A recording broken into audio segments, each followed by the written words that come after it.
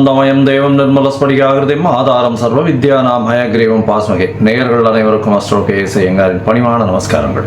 குரு பெயர்ச்சி 11/5/2025 முதல் 26/5/2026 வரலாம்.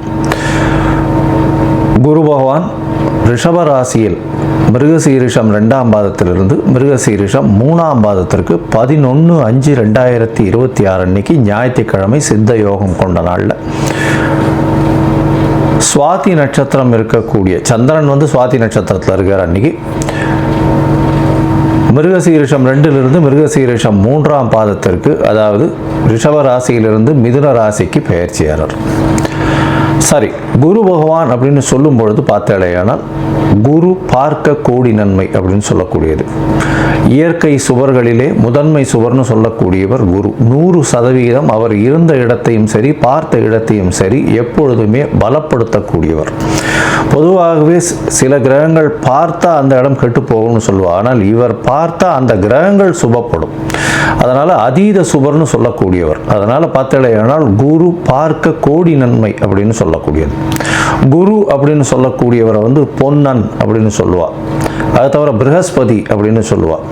அதனால் குரு அப்படின்னு சொல்லும் பொழுது எல்லாவற்றையும் அவருடைய அருளால் மட்டுமே எல்லா விஷயங்களும் போகக்கூடியது. குருவுக்கும் புதனுக்கும் பெரிய வித்தியாசம் என்னன்னா, புதன் அறிவு காரகன், அறிவு சம்பந்தப்பட்ட கணிதம் சம்பந்தப்பட்ட விஷயங்களை பண்ணக்கூடிய விஷயங்கள் புதன் மூலியமாக வரும். ஆனால் குருவின் அருள் இருந்தால் மட்டும்தான் அந்த உபயோகத்தை, அந்த படித்த வித்தையை உபயோகப்படுத்தக்கூடிய தன்மையை உபயோகப்படுத்தக்கூடிய நேரத்தில் உங்களுக்கு ஞாபகம் வரும். அதனால தான் குருவின் பார்வை எந்த காலகட்டத்திலும் உங்களுக்கு ஏற்றது. குருவின் ஆசீர்வாதங்கள் ரொம்பவும் முக்கியமானது அப்படின்னு சொல்லக்கூடியது. சரி, குருவை பற்றி சொல்லும் பொழுது பார்த்தேனால் அவர் பொன்னன்னு சொல்லுவோம். அதை தவிர அவர் ப்ரஹஸ்பதினு சொல்லுவோம், தேவகுருன்னு சொல்லுவோம். இருக்கும் கிரகங்கள் 9 கிரகங்கள். அந்த 9 கிரகங்களில் 7 கிரகங்களை சொல்லுவோம். 2 கிரகங்கள், அதாவது ராகு கேத்துன்றது ஒரே உடலில் 2 தலையும் வாலாகவும் இருக்கிறதுனால அது சாயா கிரகங்கள். ஒரு இதுதான், அதாவது நிழல் அப்படின்னு சொல்லக்கூடியது. இந்த 7 கிரகங்களிலும் சூரியன் சந்திரனை விட்டால்னா 5 கிரகம் தான். அந்த 5 கிரகங்கள்லையும் மிகவும் முதன்மையான மிகவும் பெரிய இருக்கக்கூடிய கிரகமானது நம்மளுக்கு கிட்டத்தட்ட கொஞ்சம் அருகாமையில் இருக்கக்கூடிய கிரகம். அவருடைய பிரதிபலிப்பினால் நமக்கு 2.5 மடங்கு சுப பலன்கள், சூரியனுடைய ஒளி சக்தி நம்மளுக்கு வரும். அதனால் அதீத சுபம் கொடுக்கக்கூடியவர் குரு பகவான் என்று சொல்லக்கூடியது. சரி, இப்போ குருவின் பார்வை அப்படின்னு பார்த்தோம்னா பொதுவாகவே எல்லா கிரகங்களும் 7ஆம் பார்வை அப்படின்றது சமசப்தம 180 டிகிரி பார்வைகளை பார்க்கும். ஆனால் குருவிற்கு விசேஷ பார்வை அப்படின்னு சொல்லக்கூடியது 5ஆம் பார்வையும் 9ஆம் பார்வையும் உண்டு. அதாவது அவர் இருக்கும் இடத்திலிருந்து 5ஆம் இடத்தையும் சுபப்படுத்துவார், 9ஆம் இடத்தையும் சுபப்படுத்துவார். மேலும் பார்த்தேனால் இந்த குரு பகவானுக்கு காலபுருஷ தத்துவத்தில் 9வது ராசியும் 12வது ராசியும் கொடுக்கப்பட்டிருக்கு. இதில் என்ன விசேஷம் அப்படின்னா, பாக்யஸ்தானத்தின் அதிபதினு சொல்லக்கூடியவர் குரு. அதாவது உங்களுக்கு ஒரு நல்ல விஷயம், எந்த ஒரு விஷயத்திலும் தடங்கள் இல்லாமல் பாக்கியங்கள் கிட்டணும் அப்படின்னா, செல்வங்களாக இருக்கட்டும், படிப்பனாக இருக்கட்டும், எந்த ஒரு விஷயம், நல்ல மனைவி இல்லாள், அது தவிர நல்ல இல்லம், அது தவிர குழந்தை பிராப்தி, எல்லா விஷயத்துக்குமே பாக்கியம் கிடைச்சிருக்குன்னு சொல்லணும்னாலே அதுக்கு குரு உங்களுடைய ஜாதகத்தில் நல்ல வலுப்பெற்று லக்னத்திற்கு இருக்கணும். அந்த மாதிரியான ஒரு விஷயம் இருந்ததே ஆனால் உங்களுக்கு பெரிய ஏற்றம் கொடுப்பார். குருவை பொறுத்தவரையிலும் பார்த்தேனால் 12ஆம் இடத்தையும் அவருடைய காலபுருஷ தத்துவத்தின் 12ஆம் இடமான மீனமும் குரு பகவானுக்கு உண்டானது. எப்பொழுதுமே 12ஆம் இடம்னு விரயஸ்தானத்தை சொல்லுவோம். அதை தவிர தூக்கஸ்தானத்தை சொல்லுவோம். இதெல்லாம் குருவினுடைய நல்ல பார்வையோ இருந்தாரே ஆனால் உங்களுக்கு சுப செலவுகள் வரும், நல்ல தூக்கம் வரும், உடல் ஆகு நல்லபடியாக இருக்கக்கூடிய காலகட்டமாக இருக்கும். இதெல்லாம் குருவினுடைய பார்வையோ குரு இருந்தாலோ வரக்கூடியது. சரி, குரு பகவானை பொறுத்தவரையிலும் பார்த்தேனால் அவருக்கு குரு அணி அப்படின்னு சொல்லக்கூடியது சூரியன், சந்திரன், செவ்வாய் மற்றும் குரு, இவர்கள் 4 பேர் ஒரு அணியாகவும், இவர்கள் அருள் அணி அப்படின்னு சொல்லக்கூடியதாகவும், பொருள் அணின்னு சொல்லக்கூடியவர் சுக்கிரனுடைய அணியாக, சுக்கிரன், புதன், சனி மற்றும் ராகு, கேது இவர்கள் 5 பேரும் வந்து ஒரு அணியாகவும் இருக்கக்கூடியது. அதனால் குரு வந்து அதீத சுபத்துவர் 100% சுபத்துவர் குரு. அதற்கு அடுத்து சற்று கம்மியாக, அதாவது 80%, 75% சொல்லக்கூடிய அளவுக்கு சுக்கிரன் சிறந்தவர். அதே போல் பார்த்தாலேயானால் அதீத சுபத்துவம் கொண்டவர் வந்து பௌர்ணமி சந்திரனும் தனித்த புதனும் சொல்லுவாள். மிச்சவா எல்லாருமே வந்து பாவர்கள்னு சொல்லக்கூடியது. சந்திரன் வந்து பௌர்ணமி சந்திரன், அதாவது வளர்பிறை சந்திரனோ பௌர்ணமி சந்திரனோ சுபராக கொள்ளக்கூடியது. அதுவும் வந்து அமாவாசையிலிருந்து வளர்பிறைன்னு பார்த்தோம்னா ஒரு 6 நாள் 7 நாளைக்கு பார்த்தோம்னா உங்களுக்கு வெளிச்சம் இருக்கிறதுக்கு வாய்ப்பு இல்லை. அதனால் அந்த காலகட்டத்தில் சந்திரனை எடுத்துக்க மாட்டான். சரி, இப்போ குருவை பற்றி பார்க்கும்பொழுது குருவினுடைய ஸ்தலங்கள் எல்லாருக்கும் தெரியும். குருவினுடைய காரகத்துவம்னு சொல்லக்கூடியது வந்து பணம் வரணும் அப்படின்னா குரு நல்லபடியாக இருக்கணும். குரு நல்ல இடத்துல இருந்து உங்களுடைய ராசியோ லக்னத்தையோ பார்த்தாரு ஏனால் 2வது ஸ்தானத்தை பார்த்து 11வது ஸ்தானத்தை பார்த்தாரு ஏனால் பணத்திற்கு பஞ்சம் இருக்காது. பொதுவாகவே குருவை நம்ம வந்து தனகாரகன் அப்படின்னு சொல்லுவோம். ஜோதிட சாஸ்திரத்தில் தனகாரகன். அதை தவிர குருவுக்கு வந்து பார்த்தாலேயானால் புத்திர காரகன். இந்த 2ம் வந்து காரகத்துவத்திலே வரும்.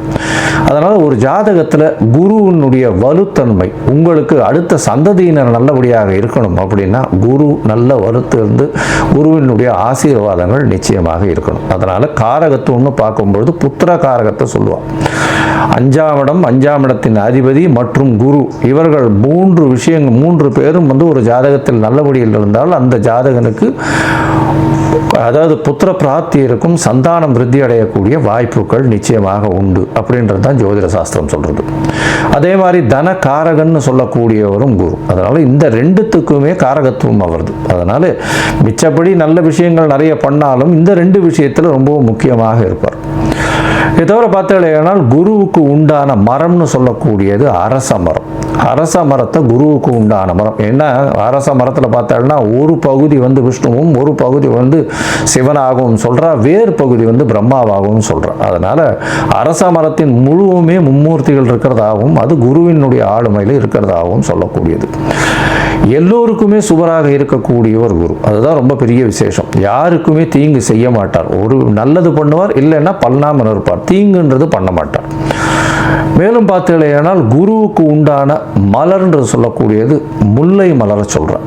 அதை தவிர குருவுக்கு உண்டானது சந்தன மரத்தை சொல்லுவான். இதை தவிர பார்த்தீங்கன்னா இந்த சந்தன மரம் தானம் கொடுக்குறது, அதாவது கொண்ட கடலை, மஞ்சள் நிறம், இந்த மாதிரியான விஷயங்கள் குருவுக்கு சொல்கிறான். இது எதுக்கு சொல்கிறேன் அப்படின்னா ஒருவருக்கு குரு அந்த அளவுக்கு சரியில்லை, இந்த குரு பெயர்ச்சி கொஞ்சம் பிரச்சனைகள் இருக்குது, அதனால் அவளுக்கு வந்து பிரச்சனைகள் வந்து அதிகமாக போகக்கூடிய வாய்ப்பு இருக்குது. அதாவது தனம் வருமானத்திலும் சரி, அதை தவிர வந்து அவளுக்கு உண்டான புத்திர பாக்கியங்களும் சரி, இல்லை புத்திரர்களால் பிரச்சனைகளாக இருந்தாலும் சரி, இல்லை கடன் ஏறக்கூடிய வாய்ப்புகளாக இருந்தாலும் சரி, கடல் கழுத்தை நெருக்கக்கூடிய வாய்ப்புகளாலும் சரி, இந்த மாதிரியான எளிய பரிகாரங்களை செய்கிறது ரொம்பவும் நல்லது. அதாவது என்ன அப்படின்னா முதல்ல வந்து குரு காயத்ரின்னு சொல்லக்கூடிய ஓம் ரிஷபத்வஜாய வித்மகே கிருணிஹஸ்தாய தீமகி தன்னோ குரு பிரச்சோதயாத்து அப்படின்ற இந்த குரு காயத்ரி மந்திரத்தை ஒரு நாளைக்கு 3 தரமாவது இந்த குரு அடுத்த பெயர்ச்சி ஆறவர்களும் சொல்கிறது ரொம்பவும் நல்லது. அது தவிர குரு பகவானுக்கு உண்டான எளிய பரிகாரம்னு சொல்லக்கூடியது இந்த கொண்டக்கடலை வெள்ளை கலர் கொண்டக்கடலையை வந்து சுண்டல் பண்ணி இது பண்ணுறது. அது தவிர முல்லைப்பூ சாத்துறது குரு பகவானுக்கு, இல்லை தட்சிணாமூர்த்திக்கு. அது தவிர வந்து மஞ்சள் கலர் வஸ்திரம் தானமாக கொடுக்கறது. படிக்கக்கூடிய இடங்கள் அதில் வந்து அதாவது பாடசாலைகள் இதுக்கெல்லாம் வந்து படிக்கிறதுக்குன்னு உங்களால் முடிஞ்ச விஷயத்தை தானமாக கொடுக்கறது. நெய் போட்ட ஸ்வீட்டு அது வந்து வாங்கி தானமாக கொடுக்கறது. அதாவது கோவிலில் வந்து நெய் போட்ட ஸ்வீட், அதாவது சக்கரை பொங்கல்னு வச்சுக்கலாம். அந்த மாதிரியான விஷயங்கள் கொடுக்கறதன் மூலியமாக குருவுக்கு உண்டான பிரீத்தி. சரி, இது எப்போ பண்ணலாம்? குருவுக்கு உண்டான பிரீத்தின்னு சொல்லக்கூடியது எப்போவுமே குருவின் நாளான அதாவது வியாழக்கிழமை அன்னைக்கு பண்ணணும். அதை தவிர பார்த்தலையானால் இந்த காயத்ரி மந்திரத்தை எப்போ சொல்லணும்? வியாழக்கிழமை கார்த்தால முதல் மணி நேரம் அதாவது ஹோரைன்னு சொல்லுவோம். அதாவது சூரியன் உதித்த முதல் மணி நேரத்தை ஹோரை அப்படின்னு சொல்லக்கூடியது.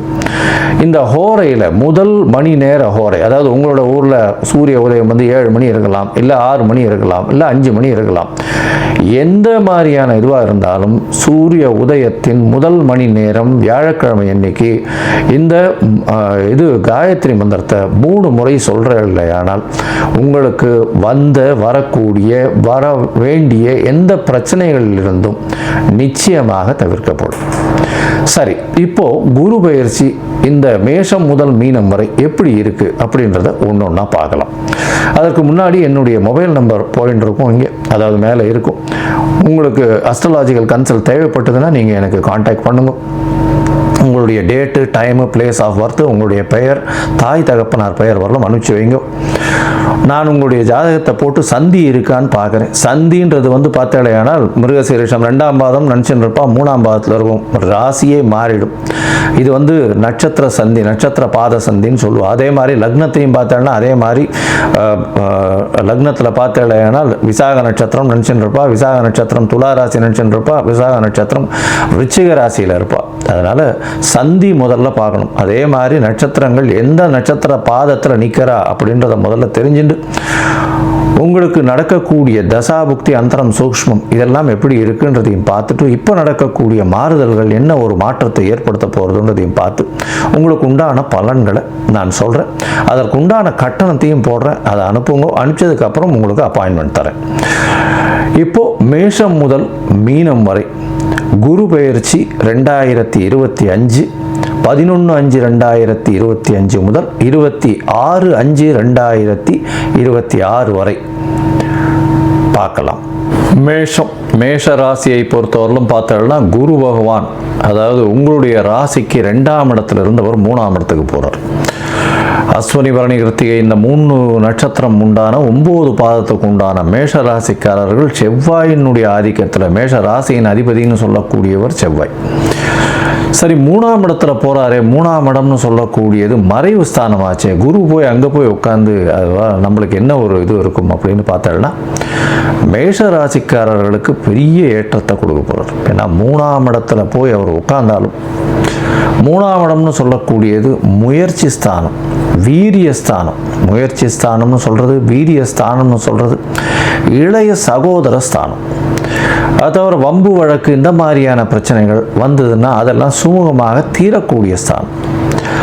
பொதுவாக 6ஆம் இடத்தை வம்பு வழக்கு சொல்லுவோம். இருந்தாலும் இந்த 3ஆம் இடம் அப்படின்னு சொல்லக்கூடியது தடைகளை தாண்டி வெற்றிகளை நோக்கி வெற்றி படிக்கட்டுகளுக்கு செல்லக்கூடிய வாய்ப்புகள் இந்த விஷயத்தில் ரொம்ப அதிகமாக இருக்கும். சரி, 3ஆம் இடத்துல இருக்கக்கூடிய குரு பகவான் உங்களுடைய இளைய சகோதரத்துக்குள்ள அந்யோன்யத்தை ஏற்படுத்தக்கூடிய வாய்ப்புகள் உண்டு. அதாவது அந்யோன்யம்னா ஏதாவது பிரச்சனைகள் ஏதாவது இருந்ததே ஆனால் ஒரு அமிக்கபிள் சொல்யூஷன் வரக்கூடிய வாய்ப்புகள் நிச்சயமாக உண்டு. 3ஆம் இடத்தில் இருக்கக்கூடிய குரு பகவான் மூலியமாக பார்த்தாலேயானால் உங்களுடைய புதிய முயற்சிகள் எல்லாம் கைகூடக்கூடிய வாய்ப்புகள் நிச்சயமாக உண்டு. அது தவிர 3ஆம் இடத்தில் இருக்கக்கூடிய குரு பகவான் ஏற்கனவே சொன்னது மாதிரி 5, 7, 9 பார்வை அவருக்கு இருக்கிறதுனால உங்களுடைய ராசிக்கு 7ஆம் இடத்தை பார்க்குறார், 9ஆம் இடத்தை பார்க்குறார். அது தவிர 11ஆம் இடத்தை பார்க்குறார். சரி, 7ஆம் இடத்தின் மூலியமாக என்ன பெரிய விசேஷம் அப்படின்னா குரு பார்த்தால் குரு பலம் வந்துடுத்து அப்படின்னு சொல்லக்கூடியது. திருமணத்திற்கு பார்த்து கொண்டு இருக்கக்கூடிய இளைஞர்களுக்கு கண்டிப்பாக திருமணம் கைகூடக்கூடிய காலகட்டம். ஏன்னா சப்தமஸ்தானம் அப்படின்னு சொல்லக்கூடியது வந்து திருமணத்தை சொல்லக்கூடிய ஸ்தானம். அதை வந்து குரு நோக்கினாலே போரும், நிச்சயமாக திருமண பாக்கியம் ஏற்படக்கூடிய வாய்ப்புகள் மிகவும் அதிகம். சரி, 7ஆம் இடம் அப்படின்னு சொல்லக்கூடியது உங்களுடைய நண்பர்கள், உங்களுடைய எதிர்பாலினத்தவர், அதாவது ஆணாக இருந்தால் பெண்ணையும் பெண்ணாக இருந்தால் ஆணையும் குறிக்கக்கூடியது. அது தவிர பார்த்தீங்கன்னா உங்களுடைய பார்ட்னர்ஷிப் கன்சர்ன், அதாவது இந்த பார்ட்னர்ஷிப் வியாபாரம் பண்ணுற கூட்டு தொழில் செய்பவர்கள் இவர்களுக்கெல்லாம் வந்து பெரிய ஏற்றத்தை கொடுக்கக்கூடிய காலகட்டம். குரு பகவானே 7ஆம் இடத்தை பார்க்கறதுனால. அதோட பார்த்தாலேயானால் உங்களுடைய புகழ் ஏறக்கூடிய வாய்ப்பு. ஏன்னா 7ஆம் இடம் வந்து அழியா புகழை கொடுக்கும். 3ஆம் இடமும் சரி, 3ஆம் இடம்லேருந்து 5ஆம் பார்வையாக 7ஆம் இடமும் சரி அழியா புகழை கொடுக்கக்கூடிய காலகட்டம். அதனால் உங்களுடைய முயற்சிகள் ஏதாவது இருந்ததே ஆனால் நீங்கள் பண்ணீர்களே ஆனால் அந்த முயற்சிகள் மூலியமாக நிச்சயமான வெற்றி வாகை சூடி ஒரு அழியா புகழ் கிடைக்கக்கூடிய காலகட்டமாக அமைப்போகிறது. சரி, இப்போ உங்களுடைய ராசிக்கு 9ஆம் இடத்தை பார்க்குறார் குரு பகவான். அவருடைய இடத்தையே பார்க்குறார், அவருடைய வீடான தனுசு 9ஆம் இடத்தையே பார்க்குறார். இதன் மூலியமாக பார்த்தேனால் பாக்கியங்கள் அதிகமாக இருக்கும். என்ன சார் பாக்கியம்ன்றீங்க, என்ன பாக்கியம் இது அப்படின்னா, எந்த ஒரு விஷயத்திலும் தடங்கள் இல்லாமல் நீங்கள் நினைக்கக்கூடிய காரியங்கள் நடந்தது, அந்தந்த வயசுக்கு உண்டான விஷயங்கள் உங்களுக்கு வந்ததுனாலே அது பாக்கியம். அப்படி பார்த்தேனால் இந்த குரு பகவான் இருக்கக்கூடிய காலகட்டத்தில் நீங்கள் நினைக்கக்கூடிய காரியம் நிச்சயமாக நிறைவேறும். அதுவும் உங்களுடைய வயதுக்கு ஏற்ற மாதிரி நினைக்கக்கூடிய காரியங்கள் கண்டிப்பாக நினைக்கக்கூடிய வாய்ப்புகள் உண்டு. அதனால் இப்போ வெளிநாடு போய் படிக்கணும்னு நினைக்கிறா பாக்கியம் அப்படின்னு சொல்லக்கூடிய 9ஆம் இடத்துல குரு பார்க்கறதுனால கண்டிப்பாக வெளிநாடு போய் மேல் படிப்பு படிக்கக்கூடிய வாய்ப்புகள் நிச்சயமாக உண்டு இந்த மேஷராசி குழந்தைங்களுக்கு. அதை தவிர பார்த்தேனால் 9ஆம் இடத்தை குரு பார்க்கறதுனால தந்தையின் உடல்நிலையில் நல்ல ஒரு ஏற்றம் இருக்கக்கூடிய காலகட்டமாக அமையும். அதை தவிர தந்தையின் மூலியமாக சொத்துக்கள் வரக்கூடிய வாய்ப்புகள் நிச்சயமாக உண்டு. உங்களுடைய ராசிக்கு 11ஆம் இடத்தையும் குரு பார்க்குறார். 11ஆம் இடம் அப்படின்னு சொல்லக்கூடியது மூத்த சகோதர ஸ்தானத்தை சொல்லுவோம், லாபத்தை சொல்லுவோம். அதனால் பார்த்தீங்கன்னா 2வது திருமணத்தை பற்றி சொல்லுவோம். 2வது திருமணம், அதாவது கணவனோ மனைவியோ ஆணோ பெண்ணோ தனித்து விடப்பட்டு இருக்கும்போது 2வது திருமணத்துக்கு பார்த்து கொண்டிருந்தால் கண்டிப்பாக 2வது திருமணம் நடக்கக்கூடிய வாய்ப்புகள் நிச்சயமாக உண்டு. அதனால் 11ஆம் இடத்தை குரு பார்க்கறதுனால 2வது திருமண பாக்கியம் உண்டு.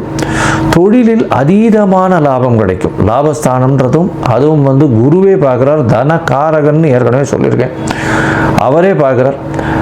இதை தவிர பார்த்தேனால் 11ஆம் இடத்துல சனியும் ராகுவும் வேற இருக்கார். சனி பகவான் கும்பத்திலே இருக்கார். வாக்கிய பஞ்சாங்க பிரகாரம் 2026 தான் மாறுறார். அதுதான் கோவில்கள்லையும் ஃபாலோ பண்ணிட்டு இருக்கா. அதனால் பார்த்தேனால் குருவின் பார்வை சனியை ரொம்பவும் ஏற்ற கொடுக்கக்கூடிய வாய்ப்பு. அதனால் அரசியல் இந்த மாதிரியான விஷயங்கள்ல இருக்கிறவா, மருத்துவம் பணியில் இருக்கிறவங்க, அதை தவிர ரியல் எஸ்டேட் இந்த மாதிரியான வியாபாரத்தில் இருக்கிறவங்க, அதை தவிர பார்த்தேனால் இந்த நெருப்பு சம்பந்தப்பட்ட தொழில், இரும்பு சம்பந்தப்பட்ட தொழில், அதை தவிர கன்ஸ்ட்ரக்ஷன் இந்த மாதிரியான விஷயங்கள், அதை தவிர சமையல் கலை வல்லுநர்கள், ரத்தம் சம்பந்தப்பட்ட தொழில், இதிலெல்லாம் பார்த்தோம்னா நல்ல ஒரு ஏற்றம் கிடைக்கக்கூடிய காலகட்டமாக அமைய போகிறது. நிறைய ஒரு மாற்றங்கள் கிடைக்கும். அதுவும் வியாபாரத்தில் பெரிய ஏற்றம் கிடைக்கக்கூடிய பாக்கியம் நிச்சயமாக இருக்கும். எந்த ஒரு விஷயத்தை தொடும்பொழுதும் உங்களுக்கு பணம் வரக்கூடிய வாய்ப்புகள் நிச்சயமாக உண்டு. சரி, மொத்தத்தில் பார்த்தேனால் மேஷ ராசிக்காரர்களுக்கு பெரிய ஏற்றம் கிடைக்கும். 3ஆம் இடத்தில் இருக்கக்கூடிய குரு உங்களுக்கு எல்லா முயற்சிகளிலும் வெற்றி தருவார். இளைய சகோதரர்கள் மூலியமாக எல்லா விதமான விஷயங்களிலும் வெற்றி கிடைக்கக்கூடிய வாய்ப்பு. திருமணம் கைகூடக்கூடிய வாய்ப்புகள் நிச்சயமாக உண்டு. கூட்டு தொழிலில் வெற்றி பெறக்கூடிய பாக்கியம் நிச்சயமாக இருக்கும். நண்பர்கள் மூலியமாகவும் எதிர்பாலினத்தவர் மூலியமாகவும் நல்ல ஒரு பெரிய வெற்றி செய்தி கிடைக்கக்கூடிய வாய்ப்புகள் நிச்சயமாக உண்டு. பாக்கியஸ்தானத்தையும் குரு பார்க்கறதுனால வெளிநாடு சென்று படிக்கக்கூடிய பாக்கியம், மேல் படிப்புக்காக வெளிநாடு போகக்கூடிய பாக்கியம், தந்தையின் உடல்நிலையில் நல்ல ஒரு ஏற்றம் இருக்கக்கூடிய காலகட்டம். இந்த காலகட்டத்தில் தந்தையின் சொத்துக்கள் வரும். அதாவது மாதிரி ட்ரெடிஷ்னலாக இருக்கக்கூடிய பிஸ்னஸில் உங்களையும் இன்வால்வ் பண்ணுவாங்க. நீங்களும் ஒரு போர்ட் ஆஃப் டைரக்டராகவோ இல்லைன்னா அந்த இதில் பார்ட்னர்ஷிப்பில் உள்ளே போகிறதோ அந்த மாதிரியான விஷயங்கள், தந்தை நடத்தக்கூடிய வியாபாரத்தில் நீங்களும் உள்ளே போவீங்க. இது ஒரு பெரிய ஏற்றத்தை கொடுக்கும். அதை தவிர பார்த்தேனால் 11ஆம் இடத்தை குரு பார்க்கறதுனால கண்டிப்பாக 2வது திருமணத்திற்கு பார்த்து கொண்டிருப்பவர்களுக்கு 2வது திருமணம் ஆகக்கூடிய வாய்ப்புகள் உண்டு. அதை தவிர பார்த்தேனால் உங்களுக்கு லாபங்கள் அதிகமாக இருக்கும். செய்யும் தொழிலில் பெரிய ஏற்றம் கிடைக்கக்கூடிய வாய்ப்புகள் நிச்சயமாக உண்டு. பண வரவிற்கு பஞ்சம் இருக்காது. எடுத்த காரியங்கள் எல்லாமே வெற்றி பெறக்கூடிய வாய்ப்புகள் இருக்கும். இந்த வருஷத்தில் பார்த்தேனால், அதாவது இந்த காலகட்டமான குரு பெயர்ச்சியான 11/5 26/5/2026 வரலும் உண்டான ஒரு வருஷத்தில் ஒரு முறையாவது நீங்கள் திருச்செந்தூர் போயிட்டு வாங்க. திருச்செந்தூர் போயிட்டு வந்தாலேயானால், அங்கே முருகப்பெருமான தரிசனம் பண்ணிட்டு வந்தீங்களேயானால் உங்களுக்கு எல்லா விதமான ஏற்றங்களும் மாற்றங்களும் நிச்சயமாக நடக்கும். மஞ்சள் வஸ்திரம் தானம் கொடுங்க. அதை தவிர கொண்ட கடலை சுண்டல் பண்ணி கொடுங்க. அதை தவிர பாடசாலையில் இருக்கக்கூடிய படித்த புரோகிதர்களுக்கு உங்களால் முடிஞ்ச வேஷ்டி, அதாவது வஸ்திரங்கள் தானம் கொடுங்க. மொத்தத்தில் இந்த மேஷராசிக்காரர்களுக்கு 95 விழுக்காடு இந்த குரு பெயர்ச்சியின் மூலியமாக பெரிய ஏற்றமும் மாற்றமும் உங்கள் வாழ்வில் நிச்சயமாக வரும்.